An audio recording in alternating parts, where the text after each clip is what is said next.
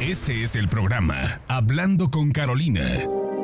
Hoy con la conducción de Gina Leiva nos acompaña la invitada especial, Carolina Antonini, con los temas de inmigración más relevantes. Buen día, ¿qué tal? Bienvenidos al programa de la abogada Carolina Antonini, Hablando con Carolina. Una vez más con nosotros nos acompaña la abogada para hablarnos acerca de inmigración. Abogada, bienvenida, ¿cómo está? Bien, muy contenta de estar contigo otra vez y muy agradecida de esta oportunidad para tratar de hacer un poquito de sentido a lo que todos los días aparenta ser un poquito más loco. Estamos hablando acerca de inmigración. ¿Qué otro tema, verdad, abogada, que nos tenga? No hay nada más loco hoy en día. Definitivamente. Bueno, por favor, pongan mucha atención porque este tipo de programas que tenemos, especialmente el de preguntas y respuestas con la abogada, una sola pregunta puede ayudar a miles de personas, abogada. Eso es cierto y eso me encanta de que hacemos preguntas por eso, porque eso nos da la oportunidad de quizás darle un poquito de información y guía, tú sabes, a quien esté escuchando. Una pregunta puede ayudar a varias personas. Gracias, abogada, por este tipo de programas. Vamos a empezar, pero por favor, denos la información de su oficina para las personas que necesiten hacer una consulta con usted. Con gusto. Nosotros hacemos consultas en persona, por teléfono o por video. No tienes que venir hasta acá, podemos vernos por el internet. Sí. Si quieres, si no puedes manejar, si es peligroso. En fin de cuentas, para hacer una cita de consulta, puedes llamar al 678-956-8600. De nuevo, es 678-956-8600. Mi oficina está en la 2751 de la Beaufort Highway. Estamos enfrente de las oficinas de la Asociación Latinoamericana, y mi página web, la cual es hablandoconcarolina.com, te puede dar esta información y mucha más información, ya que no solamente los programas que grabamos están ahí, pero también ponemos mucha información acerca de ley de migración y los nuevos eventos, los nuevos cambios. Todo puedes verlo en esta página, la cual está en español. Muy bien, vamos con la primera pregunta y dice: yo apliqué para un parol militar por medio de mi hijo y tengo varias preguntas. Al aprobarme, en la carta dice que tengo que pagar $1,000 adicionales a UCIS. ¿Por qué? Me habían dicho que esta aplicación era gratis para el gobierno. Sí, sorpresa, esta aplicación es gratis, tienes toda la razón. Y probablemente si te acaban de aprobar, esto significa que tú sometiste esta aplicación más o menos hace un año o quizás un poquito antes de un año. Sin embargo, este gobierno recientemente ha puesto un honorario adicional. Este honorario es un honorario de $1,000 y este honorario se paga si te van a otorgar el parol. Entonces, cómo funciona es que ellos toman la aplicación gratuitamente, la determinan, la deciden. Si ellos te van a aprobar, te mandan una preaprobación con una carta diciéndote que tienes que pagar $1,000 para que la aprobación sea formal. Si tú no pagas los $1,000 o no lo pagas a tiempo, tu parol será negado. Esto es algo más y en mi opinión, como ya todos saben mi opinión, esto es una manera más de sacarle dinero a la gente cuando aún así en programas humanitarios como es el programa de militar, es impresionante para mí que el gobierno le esté cobrando a militares Sí. y a sus familias $1,000 adicional. Tú por ahora tienes que ir a pagar esos $1,000, tienes que pagarlos para que te den la aprobación final y si no los pagas pierdes. Muy bien. Dice, ahora que estoy aprobado, ¿puedo tener un permiso de trabajo? Sí, una vez que a ti te aprueban el parol militar, una de las primeras cosas que tú puedes hacer es pedir un permiso de trabajo acompañando a ese parol militar. Ahora, entiendan que el parol militar es nada más válido por un año. El permiso de trabajo puede tomarse varios meses. De aquí a que tú recibas tu permiso de trabajo, a lo mejor va a ser un permiso de trabajo que tiene un tiempo menor que un año, porque claramente te lo van a dar por la duración del parol. Pero en fin de cuentas, sí, tú puedes de inmediato hacer un permiso de trabajo y mientras más te tardes en hacerlo, es peor para ti porque menos tiempo vas a tener para recibir ese permiso de trabajo. Muy bien. Dice que mi abogado me dice que no puedo aplicar para la residencia sin riesgo porque entré 2 veces ilegalmente. ¿Qué significa esto para mí? Esa es una pregunta muy buena y tú sabes, este es un problema. Muchas veces cuando la persona hace el parol militar, vamos a decir que tu hijo ciudadano que es militar o que es tu hijo mayor, ¿verdad? Nada más tiene 18 años. Entonces, y te aprueban el parol, y el parol es nada más para un año, pero todavía no puedes arreglar porque tu hijo no tiene 21 años. Eso es un ejemplo de por qué una persona con parol todavía no puede arreglar. Pero Mm. lo que me está diciendo esta persona que nos pregunta es un problema más complicado. El parol militar básicamente borra la entrada ilegal de la persona para que la persona entonces pueda demostrar que entró legalmente, fue paroleado, para poder arreglar aquí como familiar inmediato de ciudadano. El parol militar no perdona múltiples entradas. Entonces, una entrada ilegal la perdona. Y eso normalmente es lo que la mayoría de las personas necesitan para poder arreglar aquí. Pero múltiples entradas son una base no igual de negar a una persona la residencia. Entonces, si a ti te dan el parol militar, te están perdonando esa entrada ilegal, pero ese parol no te perdona el haber vivido aquí, el haber salido y el haber regresado. Eso normalmente, no siempre, depende de las fechas y cuánto tiempo estuvo aquí y qué pasó, etcétera. Pero eso normalmente crea una barra de 10 años sin perdón y que se tienen que pasar fuera del país en muchos de los casos. Entonces, una persona que aplica para la residencia con un parol militar, quien entró varias veces y quien es sujeto a la barra de 10 años sin perdón, puede terminar siendo denegado la residencia, no por su primera entrada ilegal, eso fue perdonado por el parol, sino por el haber salido y regresado ilegalmente. Entonces, lo que tu abogado te dice es que tú puedes aplicar la residencia, si la aplicas y te niegan por haber entrado y salido y entrado, tú puedes terminar con una negación y potencialmente hasta siendo puesto en proceso de deportación. Las personas que se ven en esta situación tienen que hablar con mucho cuidado acerca de sus riesgos, cuál es el plan, qué se puede hacer, y si no estás convencido que tu abogado te está informando bien o sabe muy bien, busca una segunda o una tercera opinión para que tú no apliques para la residencia pensando que el parol militar te acobija y terminando ser que el parol militar no te acobijó todo lo que te tenía que acobijar. Muy Ahora, bien. que es posible que una persona le den el ajuste de estado teniendo un parol militar cuando ha tenido más de una entrada, sí es posible, pero que hay riesgos, absolutamente. Esto es algo que se tiene que hablar y tú tienes que medir tus riesgos y tomar tu decisión. Muy bien, y finalmente para esta pregunta dice, este parol es renovable y me protege también contra la deportación, pero esto ya nos acaba de mencionar, eso ya tendría que ser con usted una consulta, o sea, privada, ¿verdad? En persona para que la persona le explique exactamente qué fue lo que pasó, ¿verdad? Me imagino. Correcto, pero el parol es renovable normalmente si no puedes arreglar la residencia en un tiempo limitado. Por ejemplo, vamos a decir que te dieron tu parol y tu hijo ciudadano todavía tiene 19 años. No te puede pedir hasta los 21 años. Sí. Tú puedes seguir renovando el parol, pero a cierto punto el gobierno te va a decir, no, no te voy a dar más parol, ya te di el parol, ya tu hijo tiene 21 años, ya no te puedo seguir renovando.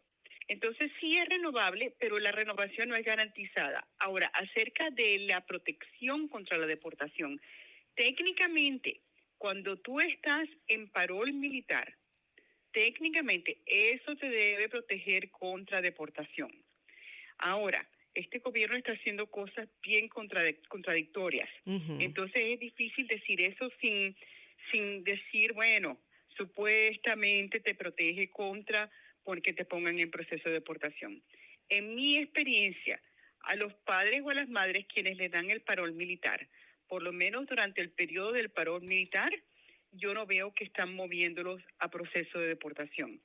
Por lo tanto, es importante que si tú tienes un parol militar y no puedes arreglar la residencia, vamos a decir porque tu hijo todavía no tiene la edad, tienes que renovarla antes de que se te vence el otro.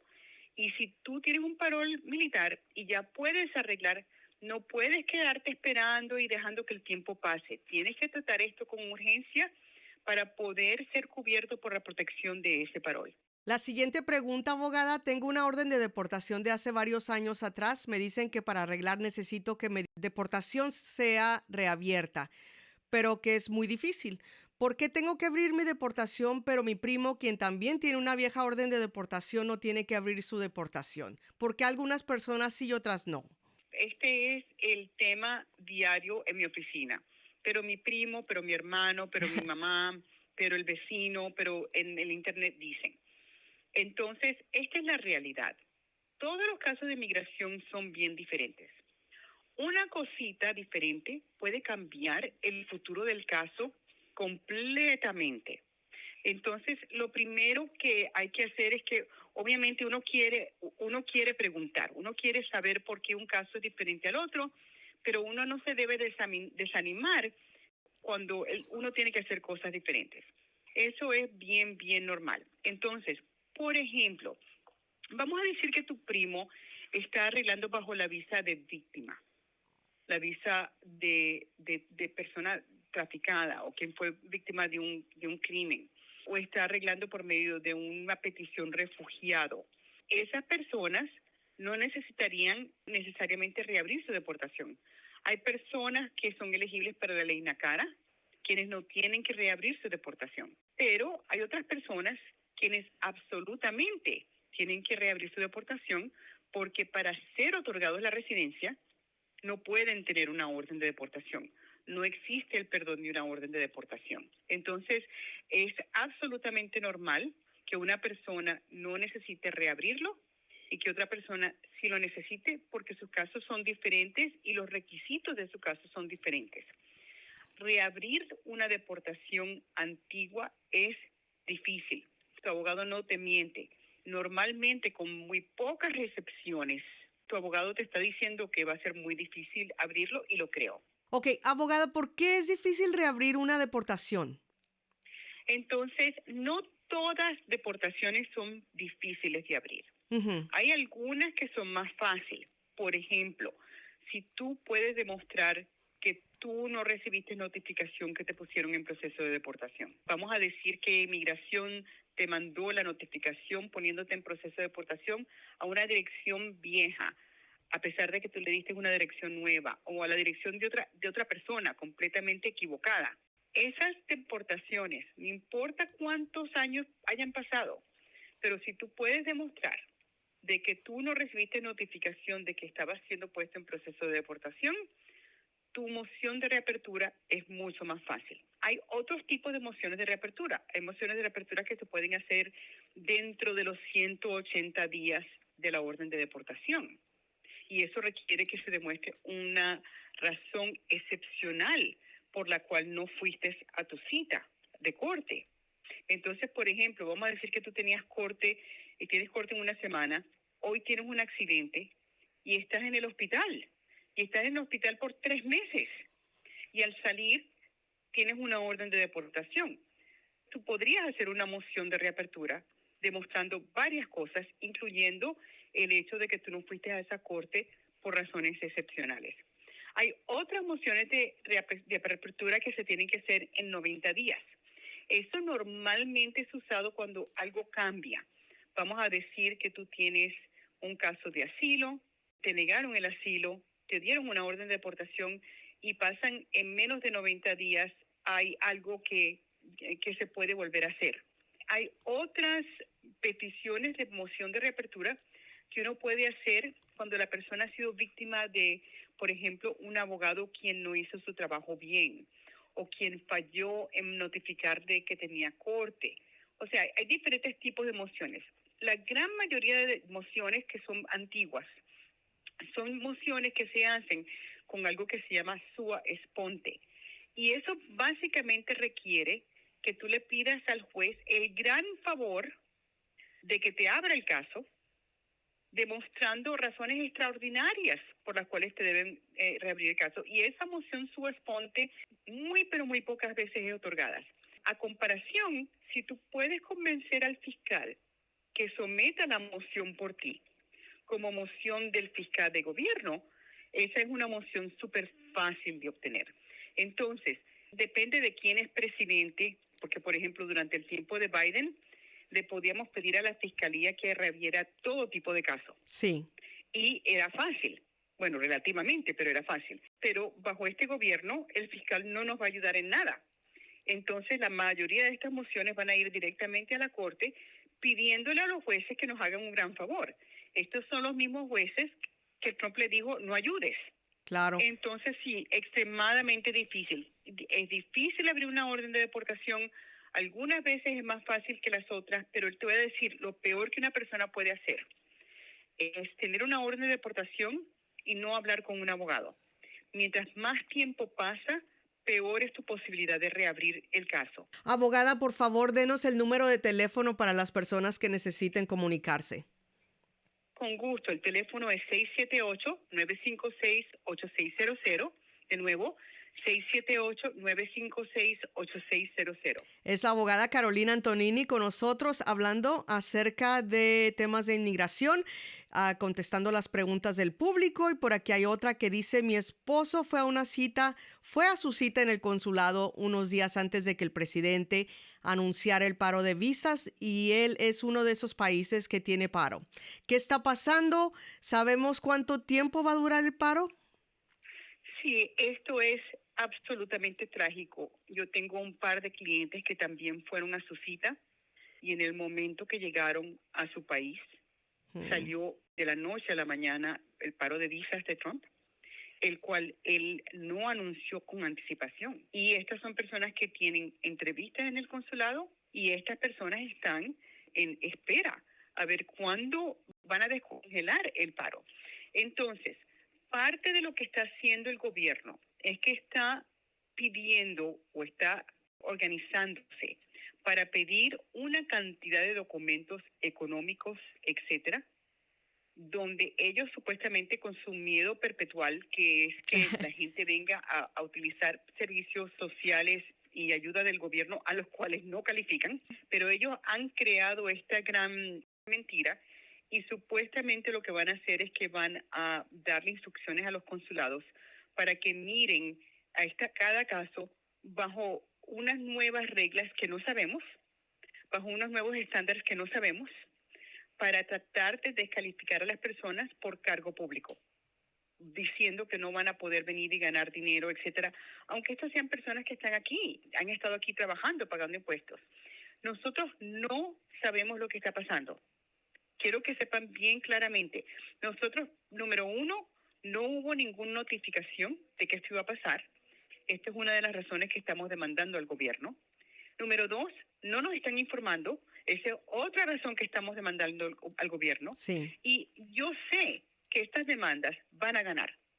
El problema es cuándo van a ganar, porque demandar al gobierno en Corte Federal es un proceso lento.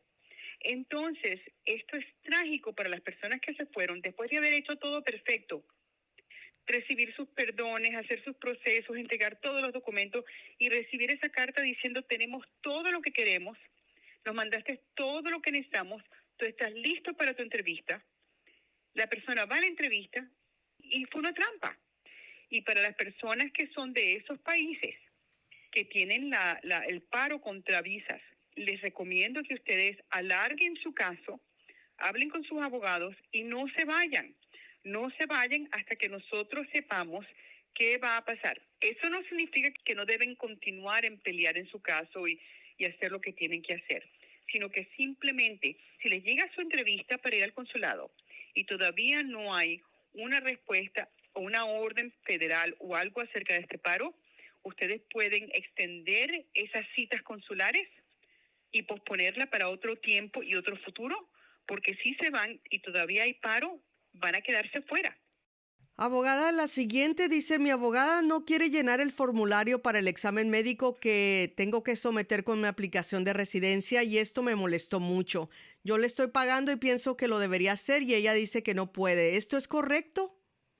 A mí me ha pasado eso, donde yo he tenido clientes que se han enojado muchísimo con nosotros, Sí, porque nosotros no estamos dispuestos a llenar el formulario médico. Nosotros no podemos llenar el formulario médico. El doctor tiene que llenar el formulario médico. Nosotros no somos el doctor. El doctor tiene que hacer esto contigo privadamente.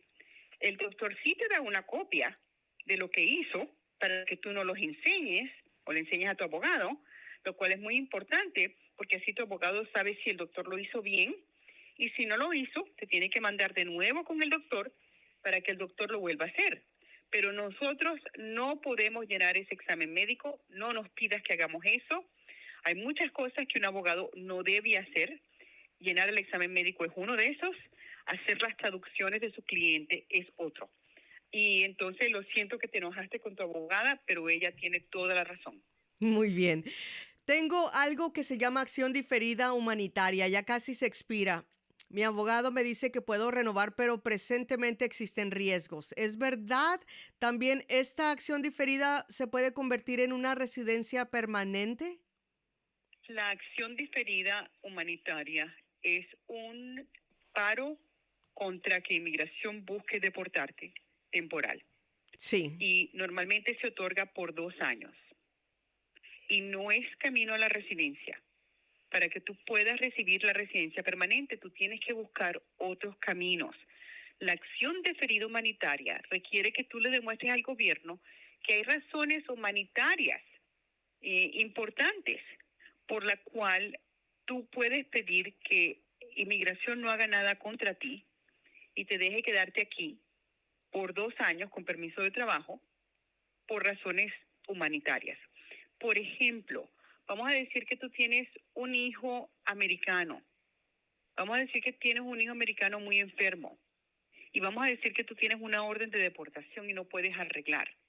La acción deferida te permitiría quedarte aquí con un permiso de trabajo cuidando a tu hijo, a pesar que tienes una orden de deportación por razones humanitarias. Cosas como enfermedades, deshabilidades, problemas de aprendizaje, cosas normalmente que son muy malas, que humanitariamente el gobierno americano no quisiera regresarte a tu país porque la razón que tienes para quedarte es más fuerte. Estas acciones diferidas siempre fueron una protección, siempre han existido y siempre han sido otorgadas, pero yo he visto que recientemente bajo esta administración, yo no he visto acción diferida siendo otorgada todavía y también hemos visto un anuncio de que el gobierno piensa que toda aplicación que es negada, ellos Wow. no han dicho esto explícitamente, pero esto se puede significar que una persona le pide al gobierno, yo quiero una acción deferida porque tengo un hijo